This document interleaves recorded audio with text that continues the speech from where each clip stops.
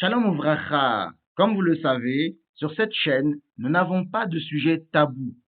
Et une fois de plus, nous allons mettre les pieds dans le plat pour traiter d'un sujet rarement abordé par les rabbinim qui assaisonnent de pseudo-épices juives toutes les bêtises qu'ils copient-collent dans le coaching personnel non juif et qui sont vendues et dominées malgré eux par le féminisme ambiant. L'année dernière, sur mon ancienne chaîne supprimée, j'avais abordé le sujet de l'interdiction pour un homme de frapper son épouse. Et il y a peu, j'ai fait deux parties sur le fait de répondre aux insultes et humiliations en donnant les sources qui expliquent que nous ne sommes pas tenus par la Torah d'être comme des robots et insensibles aux insultes et humiliations, et que c'est pourquoi la halakha nous permet d'y répondre. Nous avions vu également qu'il n'y a pas de différence que l'insulte ou humiliation proviennent d'un homme ou d'une femme. Dans la société occidentale, on a rendu les femmes encore plus perverses et sournoises qu'elles ne le sont naturellement. D'un côté, on aime parler d'égalité, mais de l'autre côté, un système totalement déséquilibré à l'avantage de la femme a été mis en place sur quasiment tous les plans. Lorsqu'un couple divorce, le mari ne part clairement pas sur le même pied d'égalité que l'épouse. Dans l'écrasante majorité des cas, les divorces et la garde des enfants sont à l'avantage de la femme. Et les femmes le savent et en jouent. De même, au niveau du marché du travail, une femme a de loin plus de chances d'en trouver un qu'un homme. D'autant que, pour de nombreux postes, on nomme clairement des femmes juste parce qu'elles sont des femmes. Pour pousser le côté matériel des femmes à son paroxysme, les vêtements et chaussures pour femmes coûtent de loin moins cher que ceux des hommes. Quand une femme accuse même de manière mensongère un homme d'attouchement sexuel, sa parole est quasiment automatiquement crue, et les vies de bon nombre d'hommes innocents complètement bousillées. Eh bien, de même, pour en arriver à notre sujet, lorsqu'on parle de violence conjugale, on fait une grande couverture médiatique pour parler des hommes qui frappent leurs femmes, qui leur imposent des pressions psychologiques terribles, qui les rabaissent par des paroles humiliantes, qui les contraignent à avoir des rapports sexuels, etc., etc. Mais quasiment jamais on en parle lorsque c'est dans le cas inverse. Et puisqu'un homme méprisé et dominé par sa femme est considéré comme une honte pour la société, l'écrasante majorité des hommes victimes ne parleront pas. C'est pourquoi vous avez l'impression que cela arrive toujours dans le sens de l'homme vers la femme.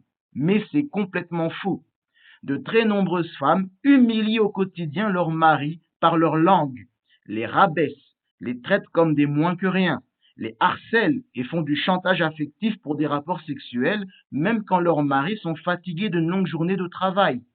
Sans compter que, par jalousie, bon nombre d'entre elles espionnent leurs maris comme des agents du Mossad, n'accordant aucune liberté d'action à leurs maris, qui doivent toujours montrer patte blanche, rentrer à la maison pile à l'heure.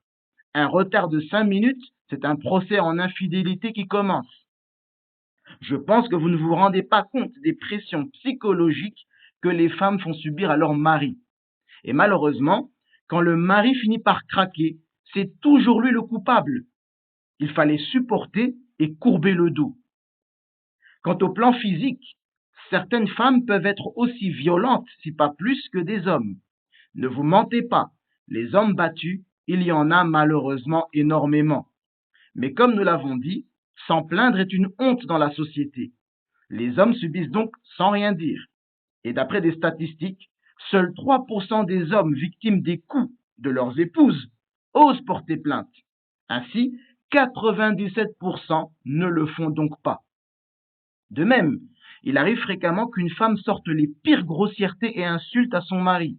Et il suffira qu'il réplique une seule fois pour qu'elle le fasse jeter en prison ou l'éloigne de la maison conjugale en prétextant que c'est le mari qui l'a humilié.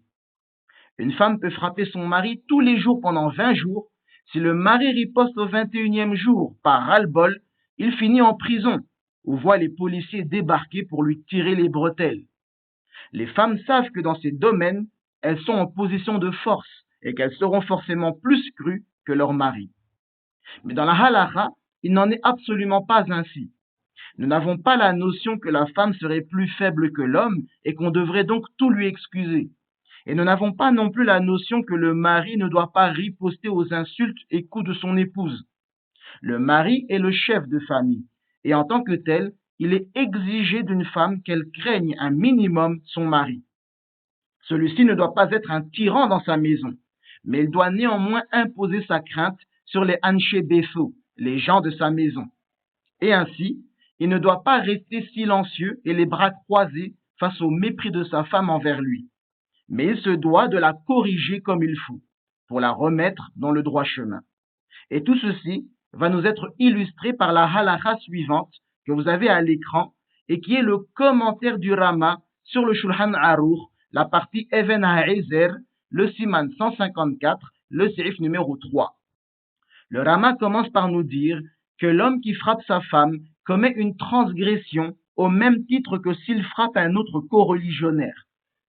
Cette partie est très importante car elle établit le fait que la halakha ne distingue pas entre hommes et femmes sur ce plan. L'interdiction pour un homme juif de frapper son épouse ne vient pas du fait qu'elle est une femme ou une créature soi-disant plus faible. Elle provient du fait que son épouse est une co-religionnaire.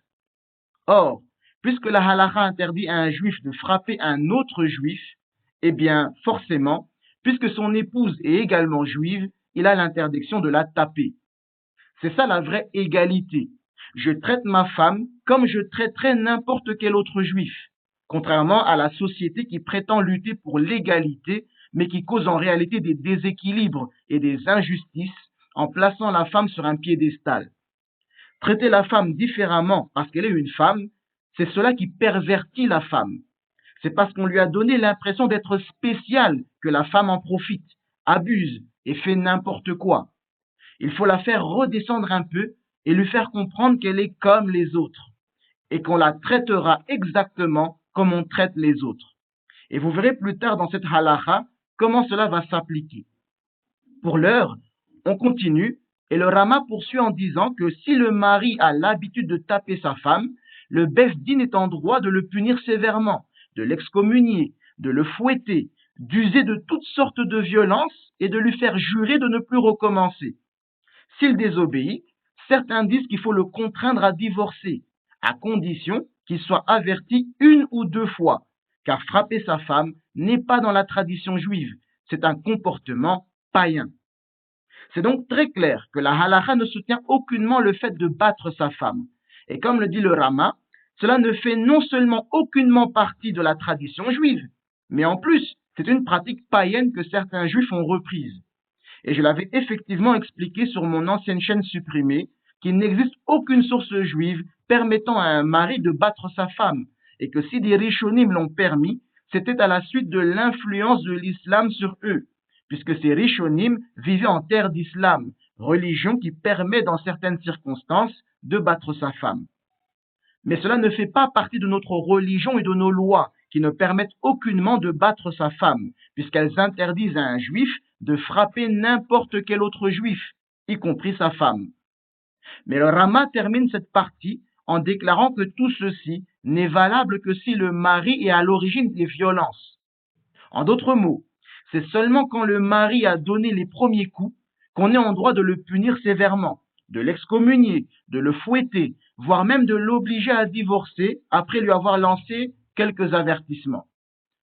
Le Rama continue et nous dit que si c'est la femme qui insulte son mari sans raison, se moque de ses parents, contredit ses paroles et qu'il n'a aucune autorité sur elle, certains estiment qu'il est permis de la frapper. D'autres disent que même dans un tel cas de figure, il sera également interdit de frapper l'épouse rebelle. Mais le Rama conclut que c'est la première opinion qui est la plus importante.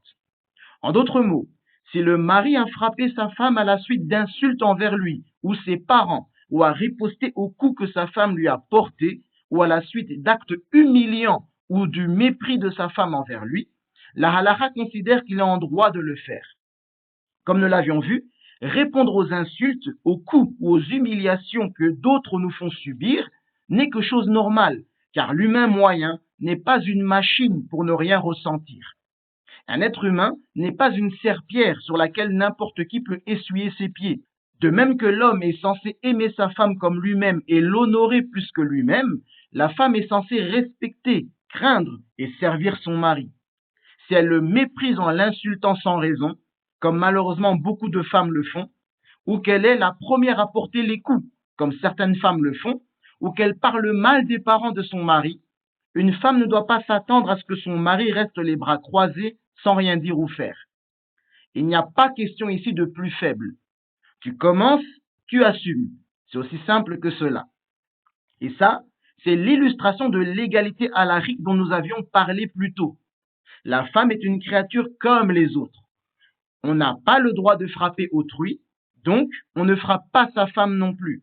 Mais on a le droit de riposter à une insulte ou humiliation d'où qu'elle vienne, ainsi qu'à des coups portés à notre encontre. Par conséquent, la femme étant une créature comme les autres, si elle dégaine en premier, qu'elle ne s'étonne pas de la riposte. De la même manière, si quelqu'un vous gifle dans la rue, vous allez répliquer.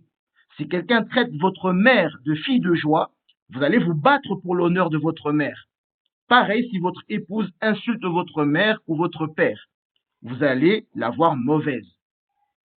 Retenez donc bien cela, que contrairement aux rabbinim qui, par féminisme et féminisation de l'homme, ont fait des femmes des princesses pourri gâtées qu'ils ont placées sur un piédestal et à qui ils ont donné des armes pour écraser leur mari, la halakha traite la femme comme n'importe qui, pas plus haute, pas plus basse qu'un homme.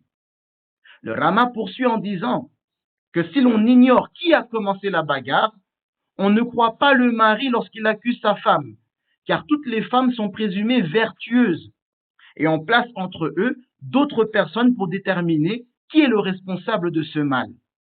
En d'autres mots, si on entend des bruits ou rumeurs selon lesquels tel homme battrait sa femme, celle-ci est présumée innocente et le mari présumé coupable. Mais, pour s'assurer de la vérité, le Besdin doit faire vivre dans la maison du couple pendant une certaine période d'autres personnes qui vont donc voir de leurs propres yeux comment ils vivent et se comportent l'un envers l'autre.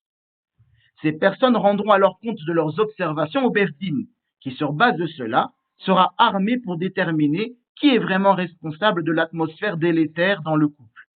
Est-ce que le mari la bat vraiment sans raison ou est-ce dû au mauvais comportement de sa femme à son égard? Ainsi, même si on part de la supposition que la femme est innocente, on fait néanmoins par la suite une enquête véritable, et pas comme chez les goïms, où le mari est automatiquement condamné sur la simple déposition de son épouse, sans même qu'aucune preuve de sa culpabilité n'ait été apportée, et sans même que des questions sur le comportement de l'épouse et son profil psychologique ne soient posées. C'est cette surprotection de la femme qui l'amène souvent à mentir et exagérer les faits lorsqu'elle accuse le mari. Et faites vos propres recherches. Vous verrez qu'il y a de nombreuses femmes qui sont des diablesses dans le secret de leur maison et font vivre à leur mari des choses que vous ne pouviez même pas soupçonner. Et vous verrez également le nombre impressionnant d'affaires dans lesquelles des hommes ont été accusés à tort de viol, d'agressions sexuelles, de coups et blessures, etc., etc. Et qu'au final, c'était du pipeau. Mais en attendant, leurs vies ont été bousillées car tous les médias durant l'instruction et le procès n'ont fait que rapporter le point de vue mensonger de la femme, forgeant ainsi la conviction chez le grand public que ces hommes sont coupables. C'est là que nous voyons la sagesse et l'équilibre de la halakha. Bien qu'on parte de la supposition que la majorité des femmes sont vertueuses, on ne peut pas condamner un homme sur la seule base des dires de sa femme, car, qu'on le veuille ou non, la parole d'une femme n'est pas sacro-sainte. Par conséquent, des gens seront dépêchés dans leur maison pour mener l'enquête. Là, certaines personnes pourraient se dire « Oui, mais il peut faire semblant devant les gens. » Eh bien non. Vous connaissez tous l'expression qui dit « Chasser le naturel, il revient au galop ». Moi-même, ici à Madagascar, je l'ai expérimenté. Il y a quelques années, je louais un appartement dans un immeuble au même étage qu'un couple membre de la communauté juive, que je ne connaissais que superficiellement, uniquement sur base de l'image qu'ils montraient publiquement. Ils vivaient dans l'appartement juste à côté d'une autre, au même étage. Eh bien, forcément, on se côtoyait quotidiennement, mangeant ensemble, étudiant et priant ensemble, etc., etc. Très vite, avec l'habitude, les masques sont tombés et le naturel est véritablement revenu au galop. On a pu voir de nos propres yeux leur véritable comportement, comment le mari maltraitait sa femme et inversement, comment la femme se comportait mal avec son mari, le langage inapproprié que chacun avait à l'égard de l'autre, leurs nombreuses disputes, etc., etc. On ne peut faire semblant que lorsqu'on ne fréquente pas les gens au quotidien. Mais si vous vous voyez fréquemment, au bout d'un moment, la personne en aura marre de jouer un rôle, car elle aspire à être elle-même. Donc, à un moment donné, elle va craquer et son vrai comportement va reprendre le dessus. Le Rama termine cette halakha en stipulant que s'il a été constaté que l'épouse insulte son mari sans raison, le mari doit la répudier sans versement de la kefouba.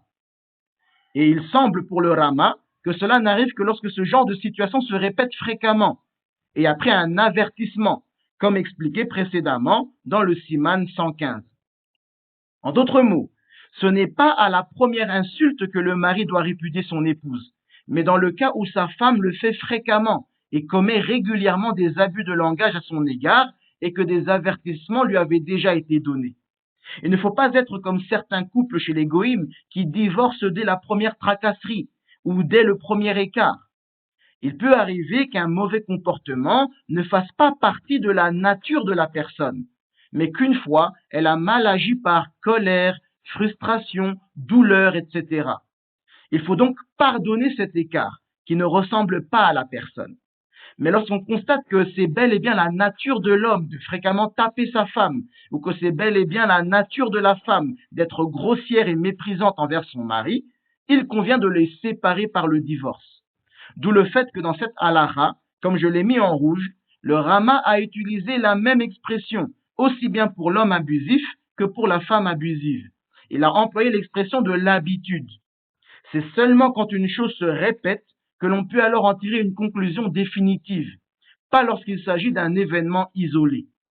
J'espère vous avoir fait comprendre beaucoup de choses à travers cette vidéo, notamment l'importance pour la justice, l'objectivité et l'équilibre de traiter la femme exactement comme on traiterait n'importe qui, car c'est en la plaçant sur un piédestal qu'on cause le déséquilibre et l'injustice, et qu'on conforte les femmes dans leurs abus et comportements de princesses pourri gâtées, qui leur donnent l'impression de pouvoir traiter leur mari n'importe comment, sans la moindre conséquence. Kol Tov, Hazak Uvarour.